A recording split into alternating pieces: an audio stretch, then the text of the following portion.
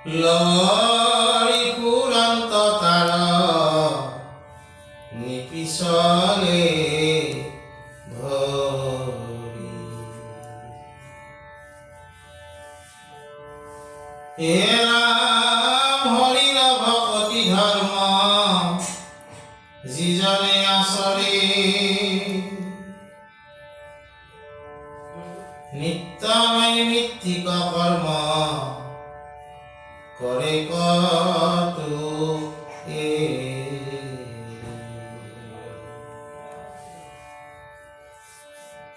তথাপিতো ধৰ্ম ভ্ৰষ্ট মোহে কিতু নৰ, নকৰিও পাৱে ফল সমস্ত ধৰ্ম।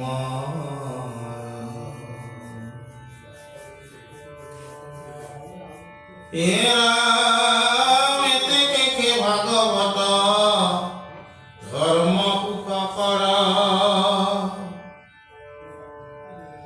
কহিলা তোমাক ইটো ধৰ্ম নিব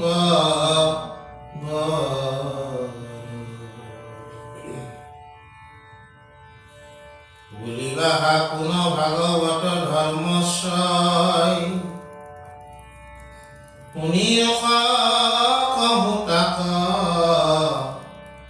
তোমাক নিশ্চয়।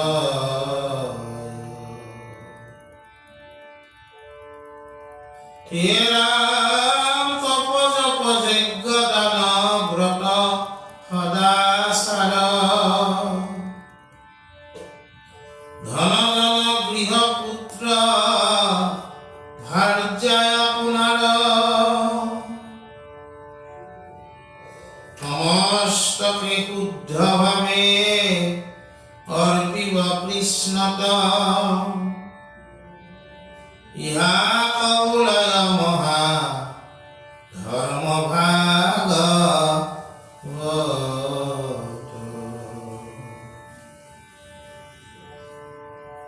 মাধৱন্তে মাধৱত উপজীৱে ৰতি,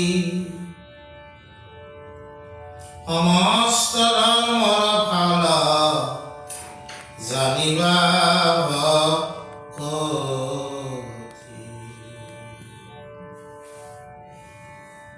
হে ৰাম এই ভক্তি হেতু হইবে জ্ঞানৰ উদয়,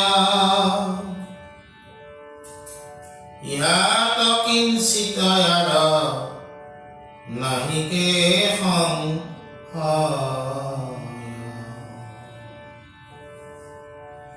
ইহাৰ যুগতি কহো শুনা কৰ্ণ পাতি,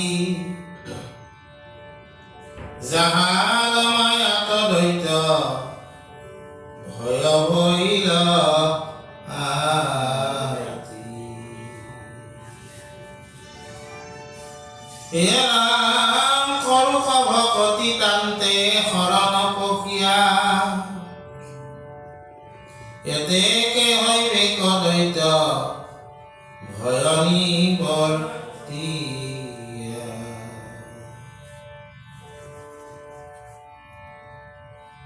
ভুলিবা ভয় শুয়া আছে অজ্ঞানত, স্বৰূপ পাখৰি কৰে দেহত মন।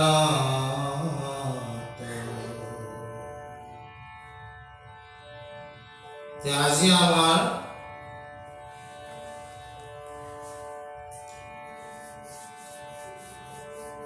ৰত্নাৱলী ভাগৱত ধৰ্ম সম্পৰ্কে কিছু কথা বুজাই কৈছে।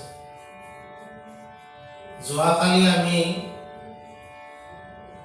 যে নিমি ৰজাক এই কথাবিলাক কবি সিদ্ধই কৈ আহিছিলে, একে কথাকে ৰজাক আকৌ পুনৰবাৰ কবি সিদ্ধই কৈছে যে আমাৰ বেদ পুৰাণ মহাভাৰত ৰামায়ণ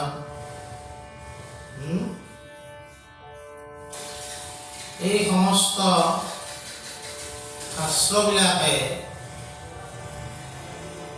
আমাক জ্ঞান প্ৰদান কৰিছে।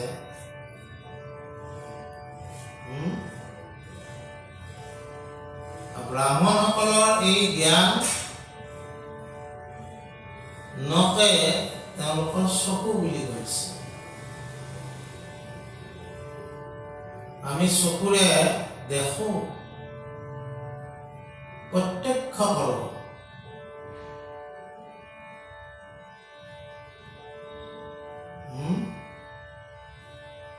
আৰু এই যিটো আমাৰ চকু আছে, ইয়াৰ দ্বাৰাই আমি বাহ্যিক দৃষ্টিভংগীটোহে আমি দেখা পাওঁ। কিন্তু আমাৰ এই জ্ঞান নক কি বুলি কৈছে, শাস্ত্ৰ জ্ঞানবিলাকে আমাক কি বুলি কৈছে, এইটো অন্তৰ্দৃষ্টি আমাৰ সম্পন্ন হয়।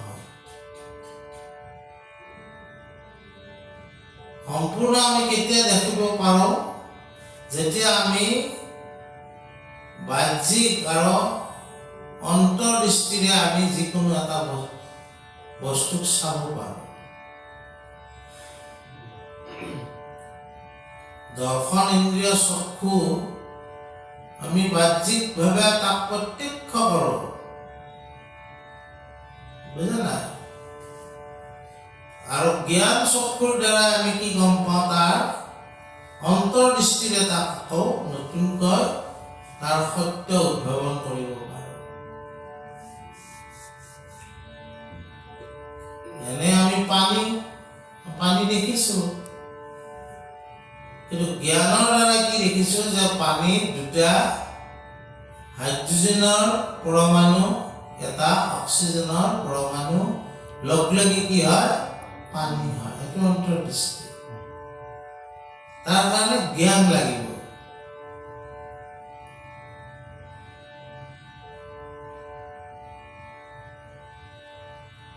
ৰসায়ন বিজ্ঞানৰ জ্ঞানে আমাক এই জ্ঞানটো দিব। H2O বুলি কওঁ।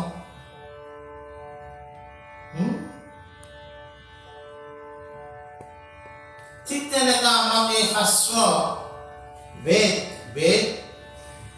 এই বেদ পুৰাণ মহাভাৰত স্মৃতি ন্যায় এই শাস্ত্ৰসমূহে আমাক সেই জ্ঞান চক্ষু প্ৰদান কৰে। আজি ৰত্নাৱলীত সেই কথাটো কেনেকৈ কৈছে যে সকলোৰে সেই জ্ঞান চক্ষু নাথাকে।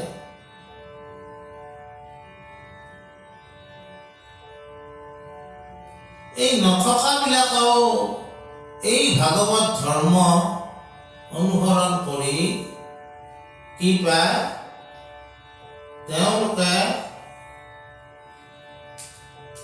অন্তৰ্দৃষ্টিৰে চাব পৰা সামৰ্থ্য গঢ়ি তুলিব পাৰে। ক'তো পিছলি নপৰে তেওঁলোক, বুজা নাই? ক'তো পিছলি নপৰাকৈ তেওঁলোকে খোজকাঢ়িব পাৰে। কিন্তু অন্ধ মানুহ এজনে লাখুটিৰ সহায়েৰে আগত কি আছে চাই যাব লাগিব। কিন্তু যিবিলাকে এই ভাগৱত ভক্তি ধৰ্ম অনুসৰণ কৰিছে, তেওঁলোকে বহুত জ্ঞানৰ অধিকাৰী নহ'লেও, জ্ঞান চক্ষু তেওঁলোকৰ নাথাকিলেও, তেওঁলোকৰ কিন্তু কি আছে, অন্তৰ্দৃষ্টি লাভ কৰাৰ সামৰ্থ্য ভাগৱত ধৰ্মই তেওঁলোকক প্ৰদান কৰে বুলি কৈছে।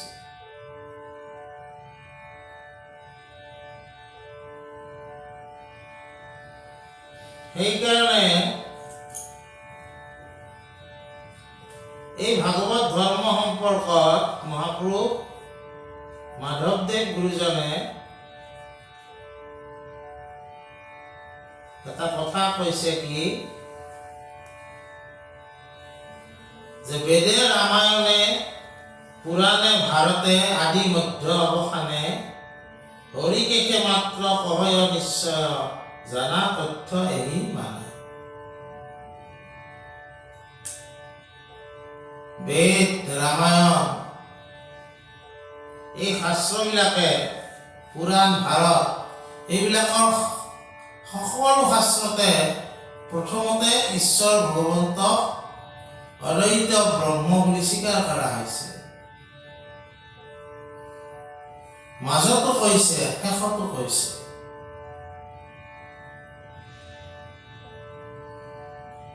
আৰু সেইকাৰণে ভাগৱত ধৰ্মই কি কৈছে যে হৰিয়ে মাত্ৰ সত্য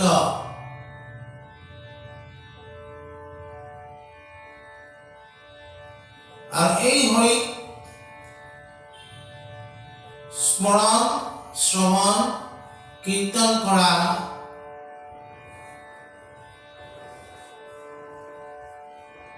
সহজ পদ্ধতিৰে সেইটোৱে হৈছে ভক্তিপন্থ আৰু এই ভক্তিপন্থ যিসকলে অনুসৰণ কৰিছে তেওঁলোক জ্ঞানপন্থ আৰু কৰ্মপন্থ পাৰ্গত নহলেও জ্ঞানপন্থ লোকসকল জ্ঞানত উৎকৃষ্ট হলেও তেওঁলোকৰ যদি ভক্তিবিহীন হয় সেই জ্ঞান অসাৰ্থক হয় কৰ্মপন্থত উৎকৃষ্টজনেও যদি ভক্তিবিহীন হয় সেই কৰ্ম অসাৰ্থক হয় কিন্তু ভক্তিপন্থ জ্ঞান আৰু কৰ্ম নহলেও ভক্তিপন্থই তাক উত্তৰণৰ পথ দিব পাৰে বুলি কৈছে আৰু কি কৈছে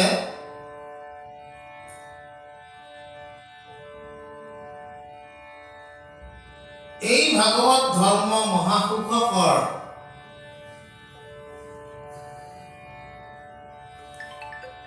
বুজা নাই মহাসুখকৰ বুলি কৈছে কাৰণ কিয়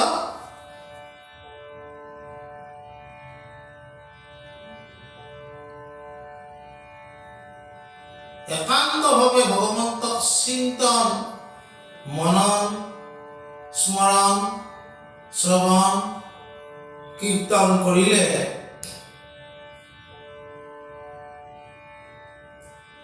এই ভাগৱত ধৰ্ম পালন কৰাটো বুজোৱা হয়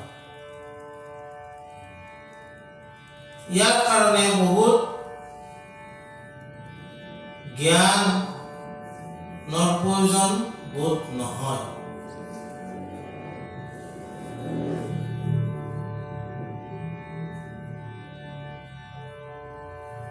এই কথাখিনিকে নিমিৰাজাৰ আগত মানে কবি সিদ্ধই কৈ আছে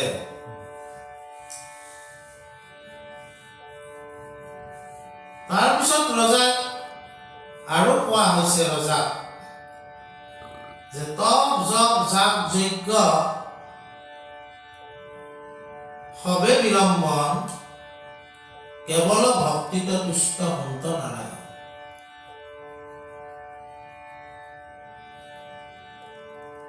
তপ জপ জাপ যজ্ঞ আমি যিমানে নকৰো কিয় তাৰ লগত আমি কি কৰিব লাগিব ভক্তিযুক্ত হয় তপ কৰিব লাগিব ভক্তিযুক্ত হয় জপ কৰিব লাগিব ভক্তিযুক্ত হয় যজ্ঞ কৰিব লাগিব ভক্তিযুক্ত হয়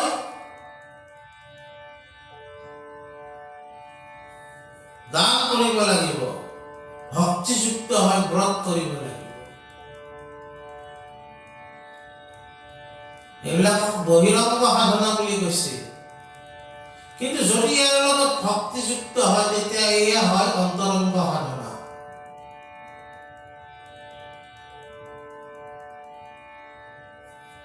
বুজা নাই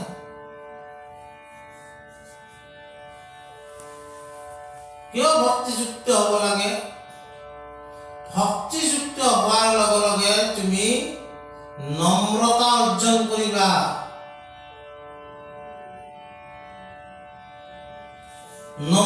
হবা তুমি, ভক্তিযুক্ত হলে তুমি বিনম্র হবা, ভক্তিযুক্ত হলে তুমি সবিনয় হবা। আর যদি ভক্তিবিহীন হয় তবে তোমাক অহংকাৰী কৰিও তুলিব পৰা সম্ভাৱনা থাকে।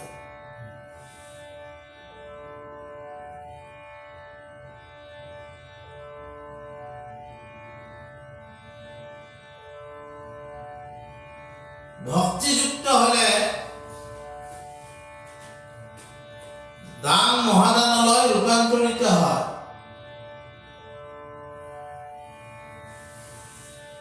আৰু ভক্তিবিহীন হলে দান দিয়াজন অহংকাৰী হয়। কৈ ফুৰিব তেওঁ, মই অমুক দান কৰিছো, অমুক দান কৰিছো।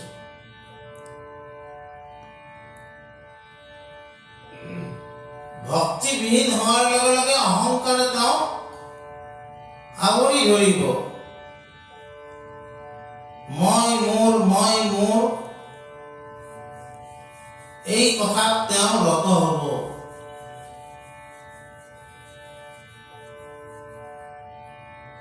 এই মই মোৰটো ত্যাগ কৰাটোৱে হৈছে ভক্তি।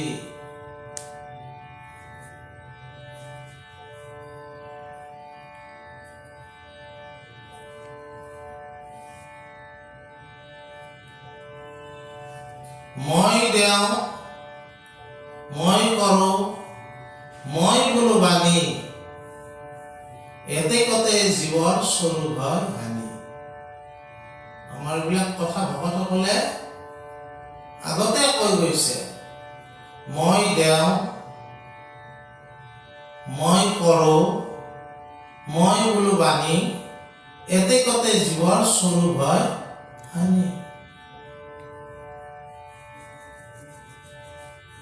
তুমি নিজকে মই বুলি ভাবিলা নহয়, তোমাক মই কৰি যিজনে ৰাখিছে সেইজনৰ কথা তুমি পাহৰি গলা।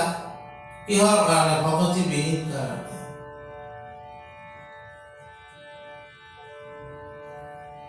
তোমাৰ শৰীৰটোকে তুমি শ্ৰেয়তা প্ৰদান কৰিলা, তুমি আত্যন্তিক ভাৱনাৰ পৰা বঞ্চিত হলা।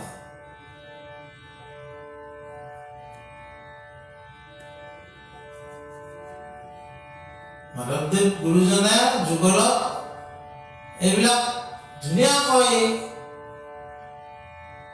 নামঘোষাত আছে। তাতে আমি নামনি অসমত তাকে যুগল বুলি গাওঁ। দুৰ্বাৰ দুঃসংগ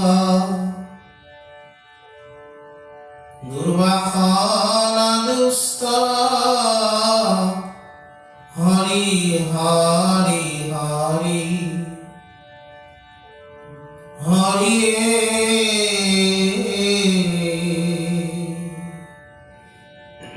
অনাদি অবিদ্যা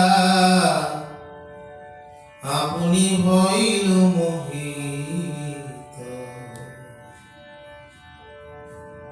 অনাত্মা দেহক আত্মবুদ্ধি কৰি হৰি হৰি হৰি হৰিয়ে তুমি পৰমাত্মা ঈশ্বৰে ভৈলো বঞ্চিত।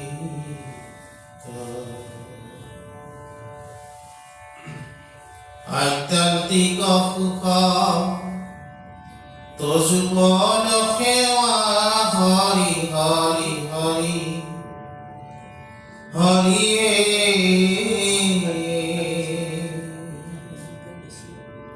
সেৱা কৰি হৰি কিহুকে ভৈলো বঞ্চিত।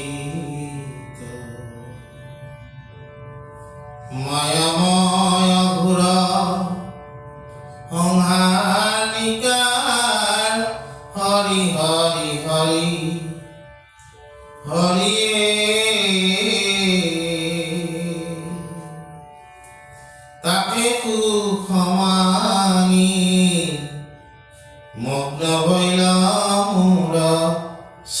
মোহিত।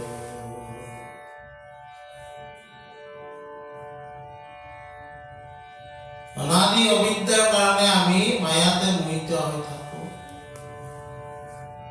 এই অনাত্মা দেহটোকে আত্মা বুলি ভাবি দেহটো শৰীৰ তত্ত্বতে আমি গোটেই জীৱনটো শেষ কৰি পেলাওঁ। আত্মা তত্ত্বৰ ফালে আমি নাযাওঁ, তাৰ কাৰণে আত্যন্তিক সুখৰ পৰা আমি বঞ্চিত হৈ থাকো।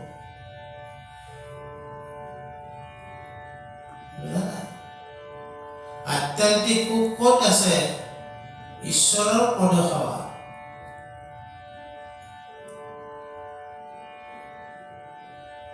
সেই পদ সেৱা কোনজনে কৰিব? যিজনে ভক্তি যুক্ত হ'ব।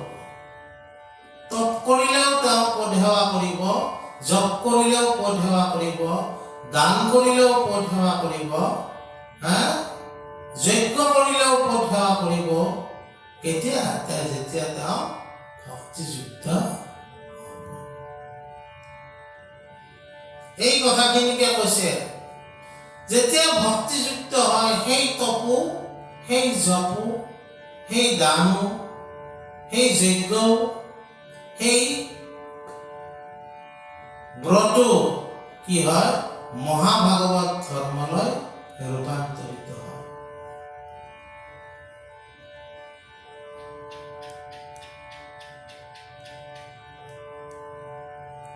আৰু যদি ভকতি বিহীন হয় তেতিয়া এই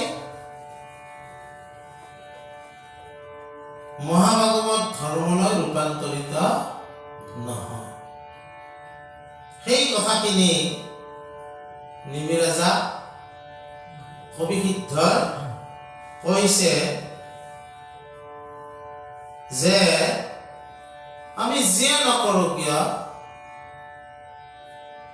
লয়া উপদেশ মাধৱক আৰাধিব, যতেক সুকৃতি মানে কৃষ্ণক অৰ্পিব। সবে নাৰায়ণ পৰ জানিবে নিশ্চয়, অৰ্পণ নকৰিলে ফল নধৰে। নাৰায়ণে শ্ৰেষ্ঠ বুলি জানি তেওঁৰ ওচৰতে আমি সকলো আমাৰ যিমান তপ, আমাৰ যিমান জপ, আমাৰ যিমান যজ্ঞ, আমাৰ যিমান দান, আমাৰ যিমান ব্ৰত, এই বহিৰংগ যিমান আমাৰ সাধনা আছে, এই সাধনাবিলাক তেওঁৰ পদৰ তলত অৰ্পণ কৰা। তেতিয়া তুমি অন্তৰংগ সাধনাৰ ফালে যাব পাৰিবা। অন্তৰংগ সাধনাহে তোমাক কি কৰিব? আধ্যাত্মিক বা আত্যন্তিক সুখৰ ফালে, আত্মিক সুখৰ ফালে তোমাক লৈ যাব। আত্মিক সুখ কোনজনে লাভ কৰিব? যিজনে ভক্তিযুক্ত হয়। তেওঁ শৰীৰ আৰু আত্মাৰ যিটো পাৰ্থক্য তেওঁ বুজি পাব। ৰূপ আৰু স্বৰূপৰ যিটো পাৰ্থক্য সেইটো তেওঁ বুজি পাব। খালি চকুৰে আমি ৰূপ দেখিব পাৰো, কিন্তু অন্তৰ্দৃষ্টিৰে আমি স্বৰূপ দেখিব পাৰো। স্বৰূপটো কি? যে আমি পৰমাত্মাৰ আমি অংশ, পৰমাত্মাই আমাৰ হৃদয়ত জীৱাত্মা স্বৰূপে আমাক পৰিচালিত কৰি আছে।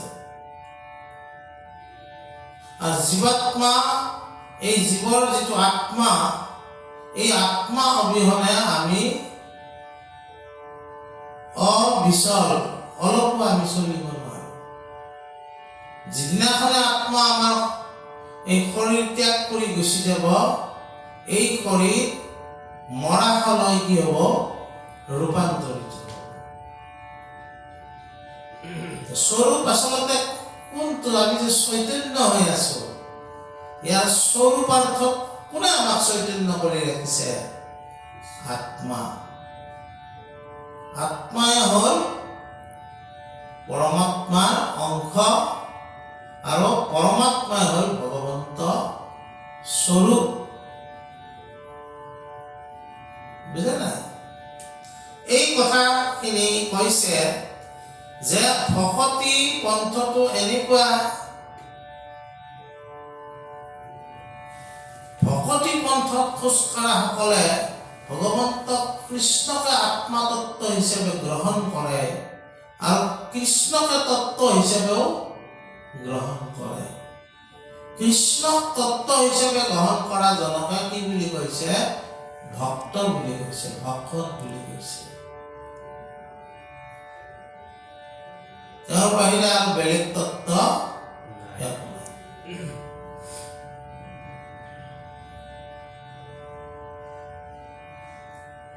ইয়াত কোনো সংশয় নাই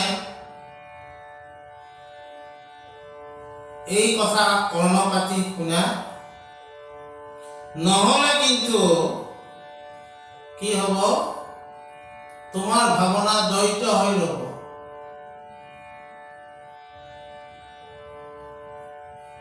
আমাৰ ভাৱনা অদ্বৈত হ'ব লাগে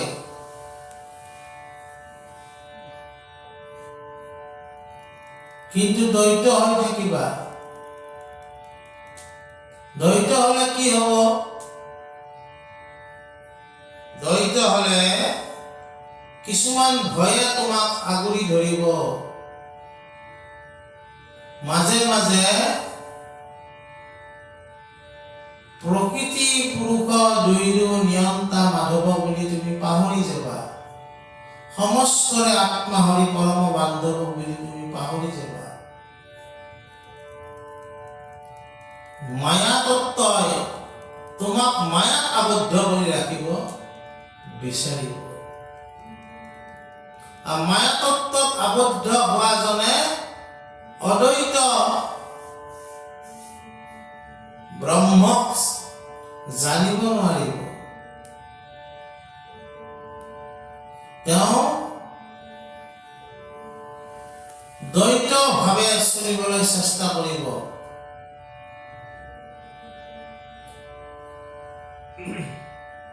মায়া মায়া মানেনো কি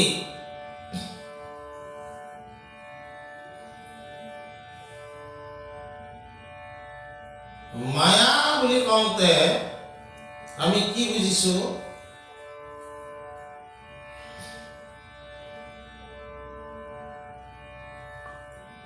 মায়া বিভিন্ন ৰূপ আছে মায়া অবিদ্যা মায়াৰ ৰূপ জ্ঞান শক্তি প্ৰকৃতি আদি নানা ৰূপেৰে মায়া বৰ্তি আছে মায়াৰ ডাঙৰ অস্ত্ৰ দুবিধ আছে এক হ'ল আৱৰণ এক হ'ল বিক্ষেপ মায়াৰ যি শক্তিৰ কাৰণে সত্যৰ ওপৰত এখন ঢাকনি পৰে সত্যটোক আমাক দেখিবলৈ বাধা কৰে তাকে আৱৰণ বুলি কৈছে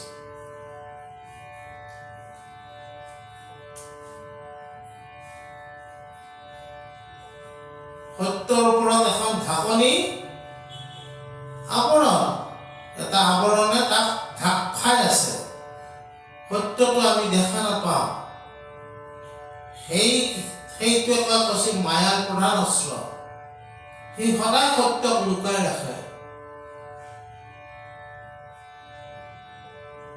এই জগতখনকে সত্যৰ ওপৰত প্ৰতিষ্ঠা কৰি থৈ দিয়ে মায়ে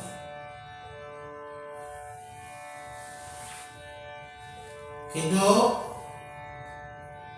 সেইকাৰণে দ্বৈত হোৱাৰ ভয় থাকে কিন্তু অদ্বৈত দৰ্শনে কি কৈছে জগত মিথ্যা ব্ৰহ্ম সত্য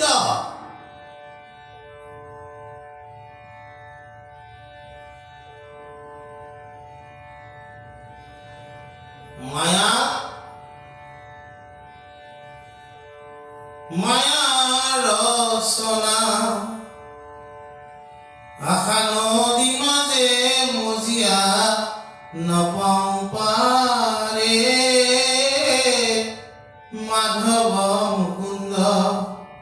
মুৰাৰী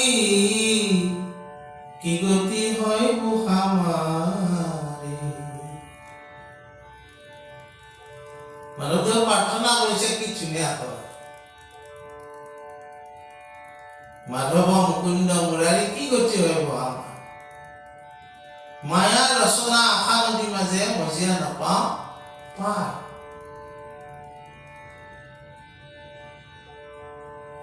বুজা নাই?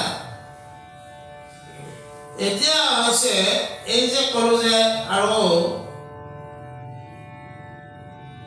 মায়াৰ আৰু এবিধ অস্ত্ৰ হৈছে বিক্ষেপ, যি শক্তিৰ কাৰণে আত্মাৰ বাস্তৱিক জ্ঞানৰ ওপৰত ঢাকনি পৰে বা পৰ্দা পৰে, তাকে মায়াৰ বিক্ষেপ বুলি কোৱা হৈছে।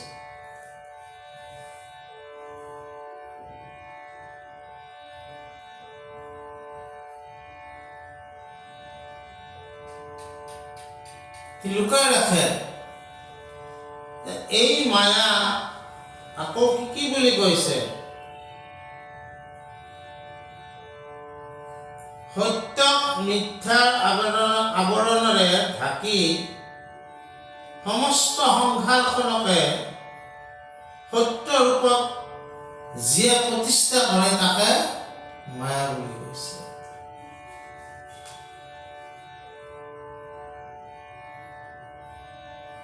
শাস্ত্ৰ বেদান্ত দৰ্শনে মায়াক কি বুলি কৈছে? অনিৰ্বচনীয় বুলি কৈছে। অনিৰ্বচনীয় অৰ্থাৎ কি? না ই সৎ না ই অসৎ।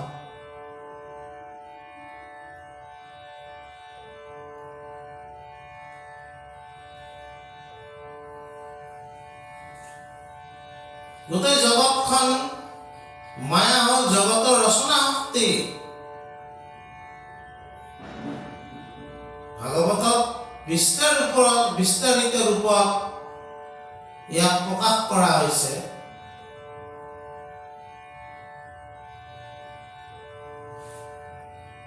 গোটেই জগতখন মায়াৰ দ্বাৰা ৰচনা হৈছে। আমিও সেইকাৰণে এই মায়াৰ শয্যাত শুই থাকিবলগীয়া হয়। ব্ৰহ্মায়াদি কৰি জীৱ যত ৰাম ৰাম ৰাম ৰাম ৰাম,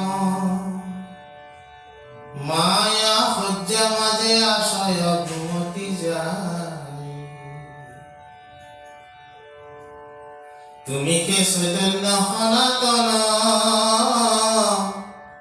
রাম রাম রাম রাম রাম, আমি অচেতন নিউকনাথ যোগাই। মাধৱদেৱ গুৰুজনে প্ৰাৰ্থনা কৰিছে, ব্ৰহ্মাকে আদি কৰি যিমান জীৱ আছে সকলোৱে মায়াত আবদ্ধ হৈ আছে, শুই আছে মায়া শয্যা। সঁচাৰ পৰা দূৰত আছে, সত্যৰ পৰা দূৰত আছে।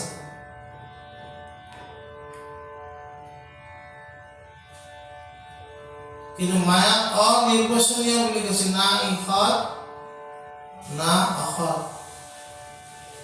মই যে এই কথা কৈ আছো এইটো সত্য না অসত্য?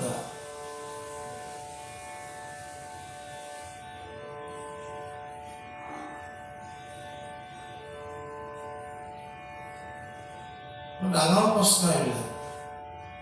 এইটো সত্য। কিন্তু জগত যদি মায়াৰ দ্বাৰা ৰচনা হৈছে, মইতো জগতৰে অংশ, মইতো অসত্যই, তেনেহ'লে এই কথাখিনি কেনেকৈ সত্য হ'ব?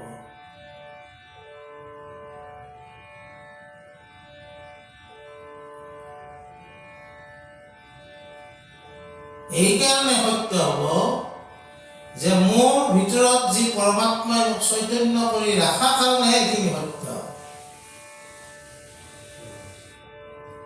যিদিনাখন পৰমাত্মা মোৰ শৰীৰৰ পৰা ওলাই যাব, তেতিয়া আজিৰ দৰে মইতো কথা সদায় ক'ব নোৱাৰিম।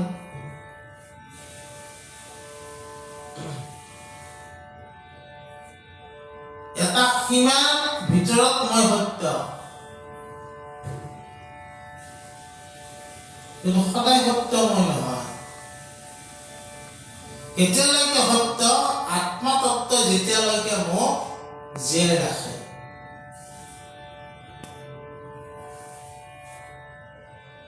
বুজা নাই? গতিকে মায়াক সেইকাৰণে না অসৎ না অসৎ, ইয়াক অনিৰ্বচনীয় বুলি কৈছে।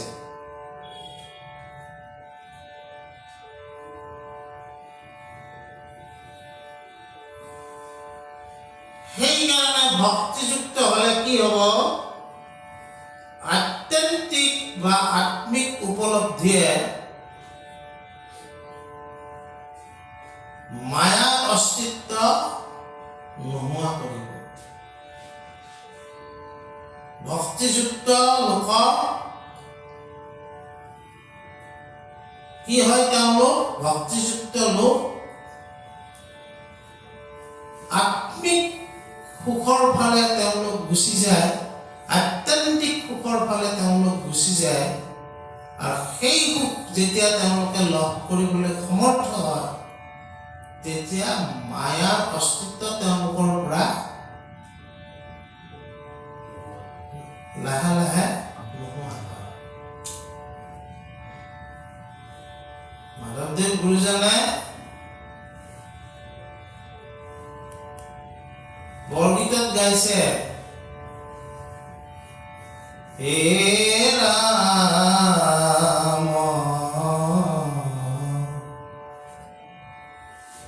গোসাঁই কৰহো গোহাৰি,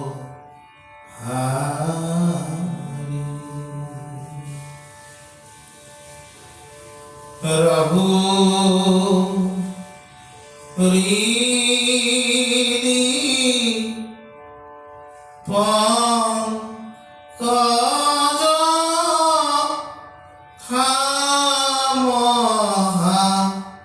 মাৰি, হে ৰাম গোসাঁই কৰহো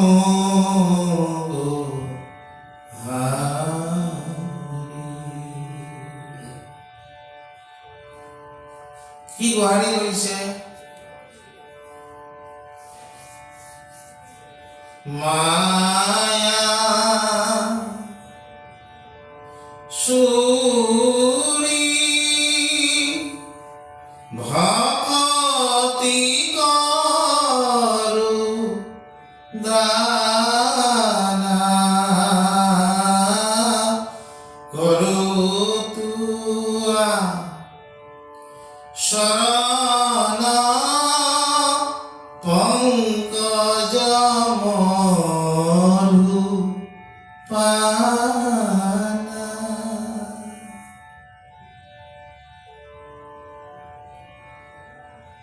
ক'ত এনেকুৱা গুৰু পাম আমি?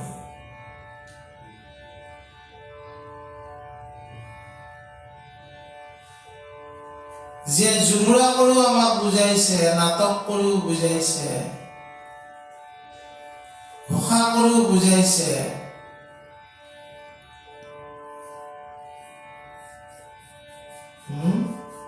বৰগীত কৰিও বুজাইছে আমাক। আত্যন্তিক সুখক লভিব পৰা সামৰ্থ্য শংকৰদেৱ মাধৱদেৱে আমাক প্ৰদান কৰিছে। কি খুজিছে? কি গোহাৰি কৰিছে? মায়া চুৰি, মায়া যাতে আমাৰ নোহোৱা হয়, ভকতি আমি কৰিব পৰা যাতে হওঁ।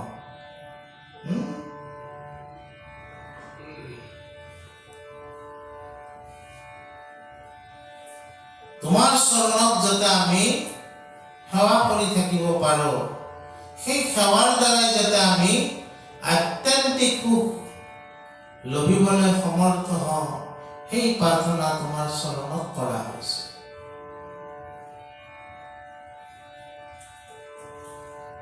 গতিকে আমি কিয় ইমান মায়াৰ ওপৰত কথা ক'লো? আত্মাৰ বাস্তৱিক উপলব্ধিৰ লভাৰ কাৰণে আমি এই মায়া সম্পৰ্কে, মায়া যে মিছা, মিথ্যা, মিছা নহয় মিথ্যা, মিথ্যা মানে না সৎ না অসৎ। কিছু কিছু ক্ষেত্ৰত ইয়াক সঁচা যেন লাগে, কিন্তু বাস্তৱতে ই আচলতে মিছা। সেইকাৰণে মায়া অনিৰ্বচনীয় বুলি কৈছে। আৰু ভক্তিযুক্ত লোকে এই মায়াৰ পৰা হাত সাৰিব পাৰে বুলি আমাক ৰত্নাৱলী বা শংকৰ মাধৱৰ ৰচনাবিলাকে আমাক কৈ আছে। বুজা নাই? গতিকে আমি স্বৰূপ আত্মতত্ত্ব জানিবলৈ হলে আমি কি কৰিব লাগিব? ভক্তিযুক্ত হ'ব লাগিব। ভক্তিযুক্ত হলে আত্মবোধ আমাৰ উপজিব, আৰু তেতিয়া আমি মায়া তত্ত্বৰ পৰা হাত সাৰিব পাৰিম। এই কথাখিনি আজি আমি আলোচনা কৰিলো। মই আচলতে যদিও পাঠ কৰি আছো, মই আচলতে শিকিয়ে আছো। বুজা না? গতিকে মোৰো কেতিয়াবা কেতিয়াবা অলপ কি হয়, হয়তো বেছি কথা কোৱা যাব পাৰে। আপোনালোকক মই কি বুলি ধৰিছো? ৰাজহংস। ৰাজহংসই কি কৰে? গাখীৰ দিলে তাৰ পানী পেলাই দি গাখীৰৰ শাক যিখিনি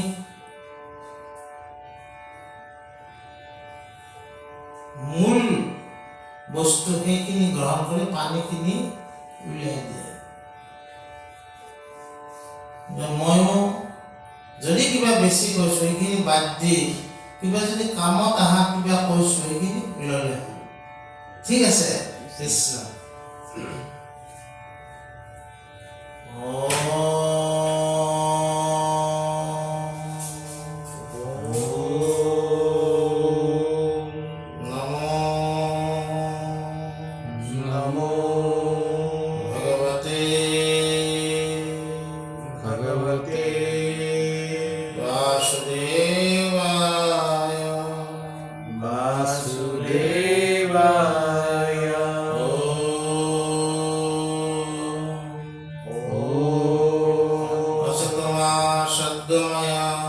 असतमा सद्गमय तमसमा ज्योतिर्गमय तमसुमा ज्योतिर्गमय मृत्युर्मा अमृतं गमय मृत्युर्मा अमृतं गमय